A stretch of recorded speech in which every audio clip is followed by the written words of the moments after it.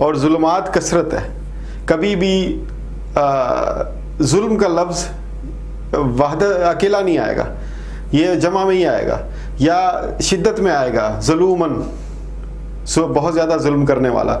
تو ظلم جو ہے وہ کثرت ہے. اس کا ہم نے ایک چھوٹا سا ماڈل بھی بنایا تھا کہ ایک بندہ ہے, اس کے وہ بندہ اللہ کے ساتھ جڑا ہوا ہے یا وحدت کے ساتھ جڑا ہوا ہے, اور یہ بندہ نیچے کثرت کے ساتھ جڑا ہوا ہے. اس کے رشتہ دار ہیں, اس کی نوکری ہے, اس کا کاروبار ہے, اس کی محلے داری ہے, اس کی دوستی یاری ہے, اس کی دشمنیاں ہیں, اس کا مال ہے, اس کے جذبات, خیالات, خواہشات ہیں, یہ سب اس کو کھینچ رہے ہیں اپنی طرف, اور یہ ان کو کھینچ رہا ہے اپنی طرف. اور ایک اس کا رشتہ اللہ کے ساتھ ہے. بار بار نماز کیوں پڑھنی پڑتی ہے, بار بار روزے کیوں آ جاتے ہیں, بار بار عمرہ لوگ کرتے ہیں, مقصد یہ ہوتا ہے کہ وحدت کے ساتھ بار بار قرآن کریم کی تلاوت کیوں کی جاتی, تاکہ وحدت کے ساتھ آپ کا رشتہ مضبوط ہو. اور یہ جو کثرت کے تعلقات ہیں, انہوں نے جو آپ کو کھینچ کے, اور آپ نے ان کو کھینچ کے کمزور کر دیا, اپنی ذہن کو, اپنی یقین کو, وہ بحال ہو جائے. آپ کا جو ذہن, آپ کا یقین, آپ کا ایمان بحال ہو جائے. اور اس سیب کے اندر ظلمات ہیں, اندھیرے. یہ ظلمات کوئی ایسا لفظ نہیں ہے جس سے ہم واقف نہیں ہیں, یہ شاعری میں بھی استعمال ہوتا ہے. وہ بحر ظلمات میں دوڑا دیے گھوڑے ہم نے, یہ علامہ اقبال کا میرا خیال ہے شعر ہے. تو ظلمات اندھیروں کو کہتے ہیں بیسیکلی. نور کی کمی کو ظلم کہیں گے. نور اگر نہیں ہے تو ظلمت ہے, اور ظلمت کی جمع ہے ظلمات. ورعدن, اور رعد, یہ سورہ رعد بھی ہے. رعد کو یاد کر لیں, رعد گرج کو کہتے ہیں. یہ جو تھنڈر ہوتا ہے نا, اس کو گرج, اور گرج. یہ بجلی گرنے کا بھی آگے ذکر آئے گا, لیکن گرج جو بادل گرجتے ہیں وہ ہے. یہ اصل میں وہ کیوں گرجتے ہیں, ان میں چارج کم زیادہ ہوتا ہے. مائنس چارج نیچے آ جاتا ہے, پلس چارج اوپر آ جاتا ہے. وہ دونوں آپس میں جب ایک دوسرے سے انٹریکٹ کرتے ہیں تو بادل میں گرج پیدا ہوتی. وبرق, اور برق بجلی.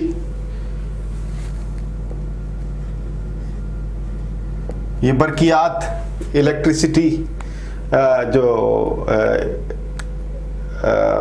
الیکٹرک ہے, برق اس کو کہتے ہیں. تو یہ بجلی جو پیدا ہوتی ہے اس میں برقیات ایک باقاعدہ سبجیکٹ بھی ہے. اور بجلی یجعلون,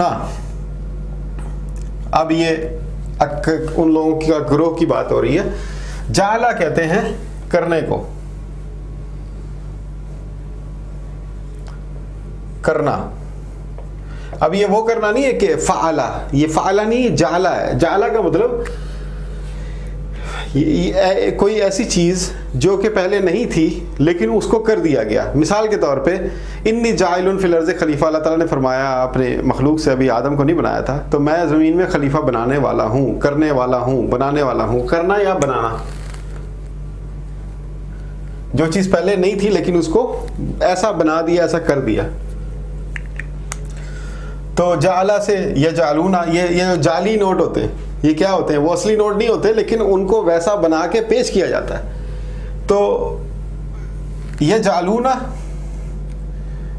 یہ یا جو ہے یہ کرتے ہیں کثرت کے لیے. یجعلون کرتے ہیں وہ لوگ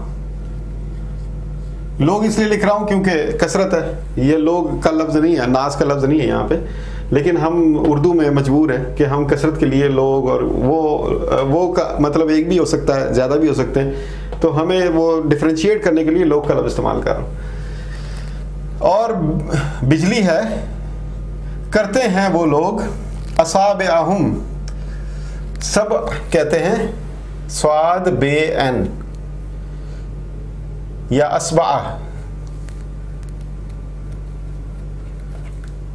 الف صاد بے عین اور تا مربوطہ.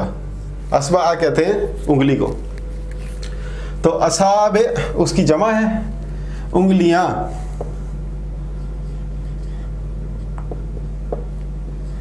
ہم وہ ان کی کہ وہ کرتے ہیں انگلیاں ان کی، فی اندر، آذان،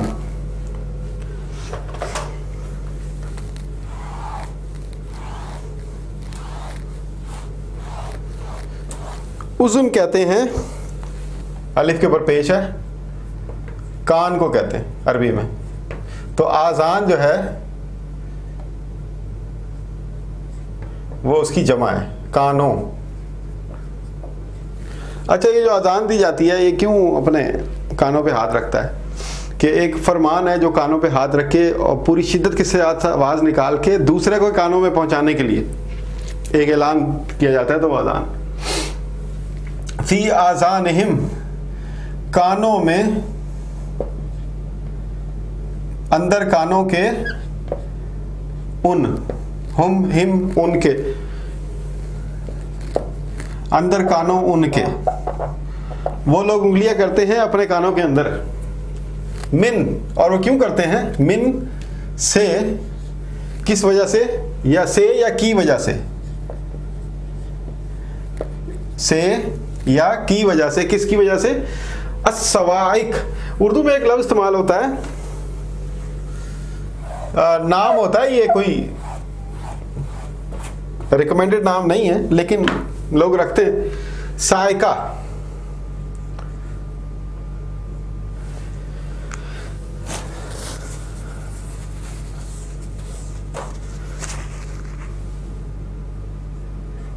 خواتین کا نام ہوتا ہے، عام طور پہ شوبز میں مشہور ہے۔ سائقہ کہتے ہیں کڑک کو، جو بادلوں سے زمین کی طرف جو ایک لہر سی آتی ہے نا بجلی کی، اس کو سائقہ کہتے ہیں،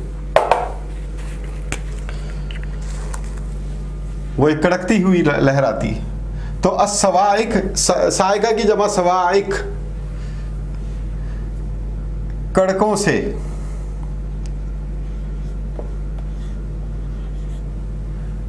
تو اگر اس کو مزید الیبوریٹ کریں تو بجلی کی کڑکوں سے۔ کیوں وہ اپنی کانوں میں انگلیاں کرتے ہیں؟ بجلی کی کڑکوں سے، کی وجہ سے، ڈر کے۔ حذر، حذر یہ اردو میں ایک لفظ استعمال ہوتا ہے، الحذر، الحذر، الحذر، الامان، الحفیظ، یہ اکٹھا استعمال ہوتا ہے۔ یہ ہمارا جو کلاسک اردو لٹریچر ہے اس میں بہت سارے لفظ ہیں جو فارسی اور عربی سے آئے ہیں، اور ہم نے ایک بہت ہی اپنے پر ظلم کیا کہ ہم نے اردو کو ہی چھوڑ دیا، اپنے بچوں کو نہیں سکھا رہے۔ سکھانا چاہیے، ضرور سکھانا چاہیے، اور اچھی اردو سکھانی چاہیے۔ الحذر، الحذر کا مطلب ڈر، خوف، اور وارننگ کو بھی الحذر کہتے ہیں۔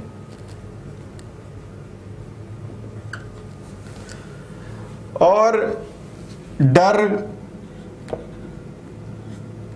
من السوائق حذر الموت، ڈر سے موت کے۔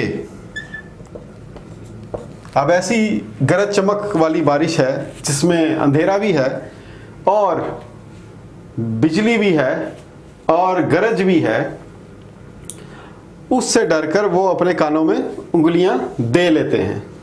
واللہ، اور اللہ، محیطن، محیط کہتے ہیں مثال کے طور پہ، محیط سمندر کو بھی کہتے ہیں عربی میں۔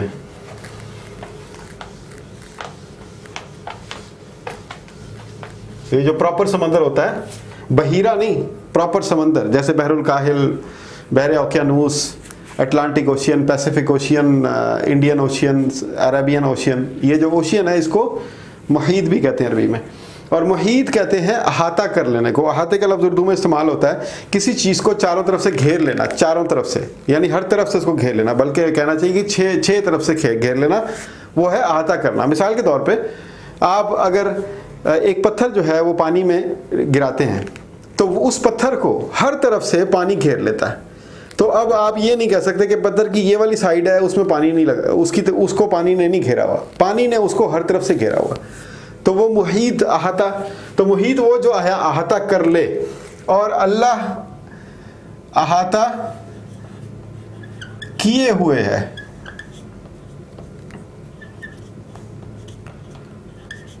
اور اللہ احاطہ کیے ہوئے ہے بالکافرین, ساتھ کافروں کے.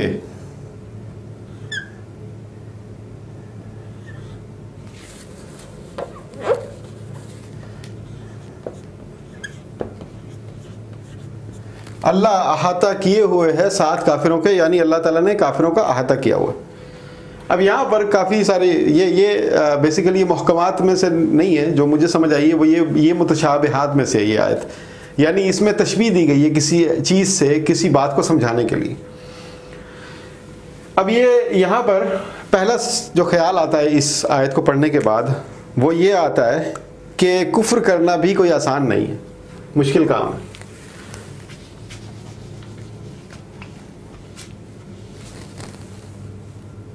کفر مصیبت ہے.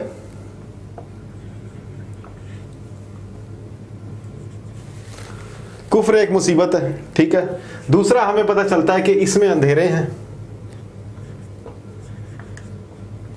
یا بھٹکنا ہے. رعد, اس میں گرج ہے. گرج جو ہے وہ دھمکیاں, دھونس.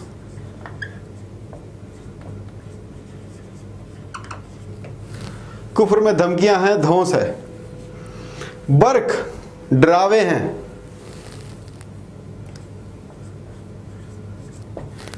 ہیں, اور ان سب کا سامنا کرنا کہ یجلون اصابعہم فی اذانہم من الصواعق حذر الموت, یہاں تک کہ موت کا خوف ہے. موت کا خوف ہے. اچھا, موت جو ہے وہ چیپٹر کلوز کرنے والی بات ہے کہ آپ کی زندگی کا چیپٹر کلوز ہو جائے گا, آپ ختم ہو جائیں گے, آپ کلوز ہو جائیں گے, شٹ ڈاؤن ہو جائیں گے. شٹ ڈاؤن ہونے کا خوف, یہ موت کا خوف بیسیکلی ہے شٹ ڈاؤن ہونے کا خوف. تو کفر کرنا آسان نہیں ہے, آپ کو اس بات سے بھی ڈرنا پڑتا ہے کہ آپ کو شٹ ڈاؤن کر دیا جائے گا, آپ کو کلوز کر دیا جائے گا. اور سوائق, وہی دھمکیاں, دھونس, کڑک, وہ آپ پہ مسلط رہتا ہے. وہ یہ کون کرتا ہے بیسیکلی؟ یہ مثال طور پہ منشیات ہے.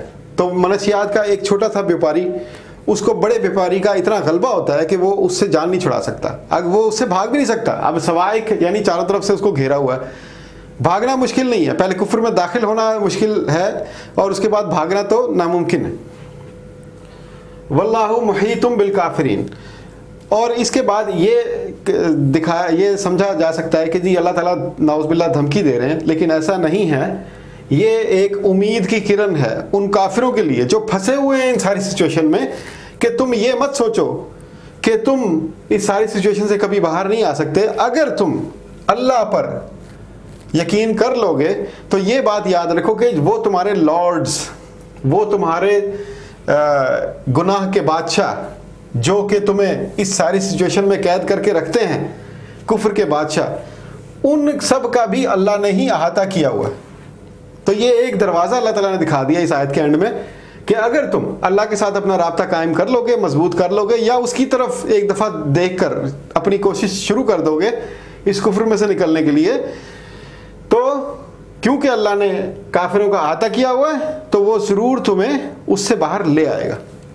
تو یہ بیسیکلی یہ دھمکی نہیں ہے, یہ ایک دروازہ ہے جو اللہ تعالیٰ نے دکھایا ہے ان لوگوں کو جو اگر اس سچویشن سے, اس مصیبت سے, اس اندھیرے سے, ان دھمکیوں, دھونس, ڈراوے اور خوف والی زندگی سے اگر باہر نکلنا چاہتے ہیں تو ان کو یہ بات یاد رکھنی چاہیے کہ ان کے لیے صرف اللہ تعالیٰ ہی ایک ذریعہ بن سکتا ہے باہر نکلنے کا.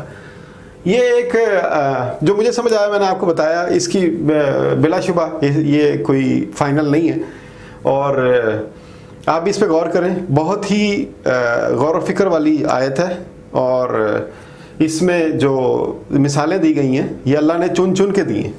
تو یہ آپ لوگ سوچیں کہ ایک ایک لفظ اللہ نے خود چنا ہے, اللہ نے خود فرمایا. اس پہ غور کریں. 19ویں آیت ہے, اس کے بعد 20ویں آیت ہے. 20ویں آیت تک وہ رہے گا 3 اور 15 کا جو ریشو تھا میں نے بتایا تھا شروع میں. تو 20ویں آیت تک کی کفر کی مثالیں چلتی رہیں گی. اس کے بعد پھر اس کا تھوڑا سا راؤنڈ اپ لیں گے کہ کیا کیا اس کی صفات اللہ تعالیٰ نے کفر کی بیان فرمائی ہیں. شکریہ.